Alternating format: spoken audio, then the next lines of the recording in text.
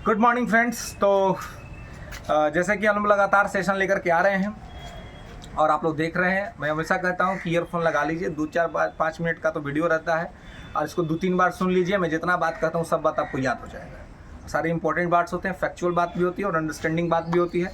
तो यहाँ पे ये आपको ध्यान रखना है, याद रखना है। तो जैसे कि कल हमने एक आपको कंसेप्ट टेल्क डाला था, तो कंसेप्ट टेल्क में आपका एक बार फिर से स्वागत है। और कंसेप्ट टेल्क में आज हम लोग बात करेंगे कि जो आपका डीपीएसपी है, राज्य का नीति निदेशक तत्व, इसको बाध्यकारी क्यों नहीं बनाया गया? Why not enforceable in court of the DPSP? Fundamental right आप पढ़े हैं, fundamental right is enforceable in court. अगर आपका मूल अधिकार आपसे छीना जाता है तो आप सीधे कोर्ट जा सकते हैं, आर्टिकल 32 के तहत सीधे आप सुप्रीम कोर्ट जा सकते हैं। लेकिन अगर आपका डीपीएसपी छीना जाता है आप कोर्ट नहीं जा सकते हैं, क्योंकि DPSP is not enforceable in court. Article 37 पढ़िए। डीपीएसपी भारतीय संविधान के भाग 4 में आर्टिकल 36 से 51 के बीच में है। आर्टिकल 37 क्या कहता है? आर्टिकल 37 कहता है कि DPSP is not enforceable in court but it's ethically enforceable on government. यह वैधानिक रूप से न्यायपालिका में लागू तो नहीं हो सकता है, आप इसके खिलाफ नहीं जा सकते हैं, लेकिन यह नैतिक रूप से सरकार पर बाध्यकारी है। अब ऐसा क्यों हुआ? एक तरफ मूल अधिकार को आपने बाध्यकारी बना दिया, डीपीएसपी को आपने बाध्यकारी बनाया ही नहीं। भाई क्यों नहीं बनाया? इसलिए नहीं बनाया, आप समझिए, क्योंकि डीपीएसपी जो है ये हमारे देश में सामाजिक आर्थिक लोकतंत्र की स्थापना करता है, सोशियो इकोनॉमिक डेमोक्रेसी को एस्टेब्लिश करता है, जबकि फंडामेंटल राइट पॉलिटिकल डेमोक्रेसी को एस्टेब्लिश करता है। तो सोशियो इकोनॉमिक डेमोक्रेसी जो है, इसको एस्टेब्लिश करने के लिए सरकार को रिसोर्स देना था, संसाधन देना था। और आप याद करिए, जब संविधान बना 47 से 50 का बीच का टाइम, खाने के लाले पड़े हुए थे जी। अंग्रेजों ने इतना शोषण किया था कि भारत के किसानों के खेत में अनाज भी नहीं उपजता था।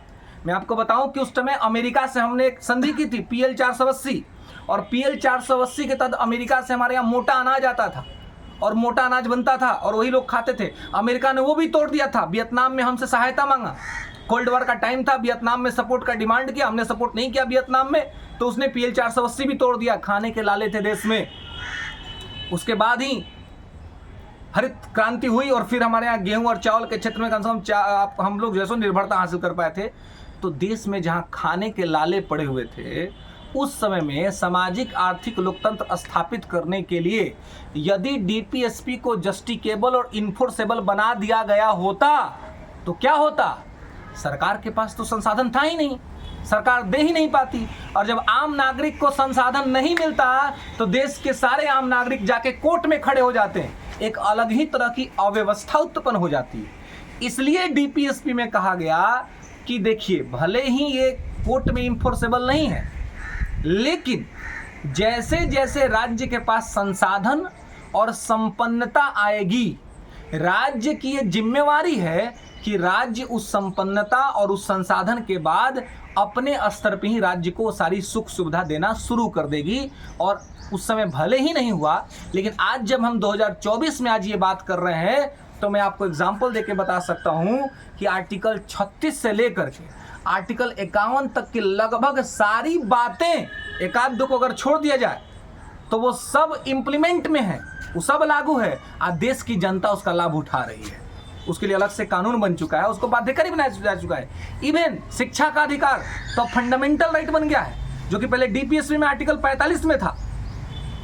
यानी शिक्षा का अधिकार पहले मूल अधिकार नहीं था, लेकिन अब शिक्षा का अधिकार मूल अधिकार है, आर्टिकल 21A में चला गया। यानी कि अब तो आपसे शिक्षा का अधिकार भी कोई आपसे नहीं छीन सकता है। तो आप समझ रहे हैं कि जब देश विपन्न था, जब देश गरीब था, जब देश की सरकार के पास, जब संविधान बन रहा था, तब देश में अमीरी नहीं थी, संसाधन नहीं था। इसलिए डीपीएसपी को इन्फोर्सेबल, जस्टिकेबल नहीं बनाया गया। लेकिन संविधान निर्माता इस बात को बखूबी जानते थे कि समय बदलेगा, परिस्थितियां बदलेंगी, देश संपन्न होगा, राष्ट्र मजबूत होगा। तो इस मजबूती और संपन्नता की स्थिति में जो है सो क्या किया जाएगा, तो इनको ये चीज उपलब्ध करा दिया जाएगा, और वो आज उपलब्ध कराया जा रहा है। तो इसलिए डीपीएसपी क्या है?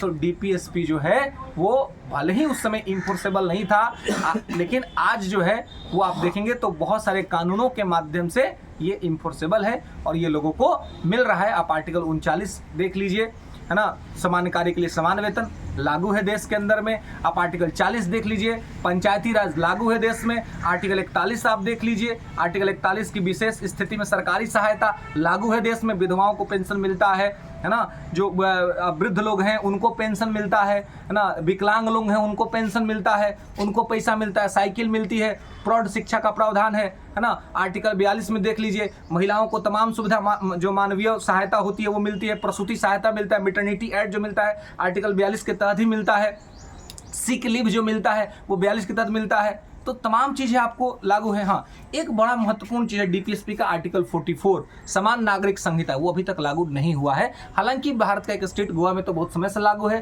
उत्तराखंड में भी इसको लागू कर दिया गया था, लेकिन फिर से प्रपोजल पे विचार चल रहा है और पूरे भारत में लागू करने की इसको बात हो रही है। अभी तक लागू नहीं हुआ, लेकिन बाकी सब लगभग लागू है। आर्टिकल 47 बिहार में जो शराबबंदी है आर्टिकल 47 के तहत बंदी है ना। Article 46 SC/ST protection, SC/ST community के लोगों को जो रिजर्वेशन मिलता है वो उसी के तहत मिलता है ना। आंगनबाड़ी केंद्रों पे आप जाते हैं, बच्चों को खाने पीने का सामान मिलता है, स्कूल में मिड डे मील मिलता है। तो ये सब क्या है, ये आर्टिकल 47 है जिसमें कहता है कि भाई न्यूट्रिशन को बढ़ावा देना। तो ये सब चीज़ मिल रहा है, लगभग चीज़ें जो जनता के हित के वो मिल रही हैं। क्यों? क्योंकि आज देश संपन्नता की स्थिति में है, आज देश के पास है। तो हमारे संविधान निर्माता बड़े दूरदर्शी थे और दूरदर्शिता का परिचय देते हुए इस तरह से उन्होंने बनाया था। उम्मीद करते हैं कि ये कंसेप्ट आपको समझ में आया होगा। समृद्धि आज का समृद्ध बन रही है। धन्यवाद।